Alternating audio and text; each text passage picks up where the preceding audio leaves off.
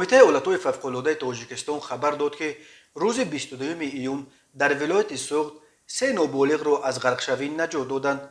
شانوزه بوتایوا سخنگوی ریاست اولتوی فوق‌العاده ولایت سوخت خبر داد که ساعت 15:03 نجات بخشان این نهاد در خوجند دو نفر را مشاهده کردند که در موضع ساحل باغ نوروزگاه غرق می شدند. به نجات دهندگان میسر شد که هر دو را زنده از آب بیرون بیارند. هنگام صحبت معین گردید که یکی از آنها 12 سال و ساکن شهر دوشنبه بوده، دومی 16 ساله و ساکن نویه جبار سلوک می باشد. اینچنین بنا به اطلاع نوبتداران دسته مخصوص زودعمل نجات ولایت سوخت در آبانبار بحر تاجیک ساعت 15:50 در منطقه خفناک نزد موضع آسایشگاه شفا یک ساکن نویه باباجان غفوروف سال تولدش 2004 که هنگام شناوری غرق میشد سر وقت نجات داده شده. شانوزه بوتایوا گفت پراپورشک رستم سنگینوف و دلاور دلشادوف در کوتاه‌ترین فرصت خود را به آب هوا دادند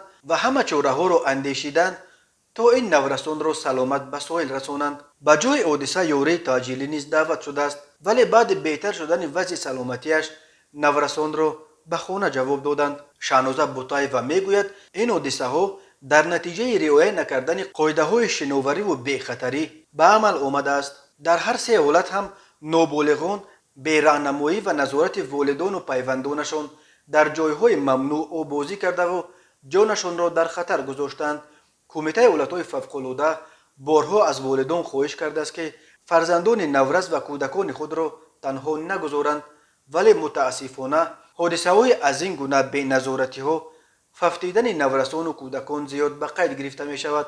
تاکید می کند سخنگوی کمیته اولتوی فوق‌العاده ولایت سوخت. بنا به حسابهای کمیته اولتوی فوق‌العاده از اول سال 2021 در کل دریاهای تاجیکستان حدود 50 نفر غرق شدند. قریب نصف آنها را نوبالغان تشکیل می دهند.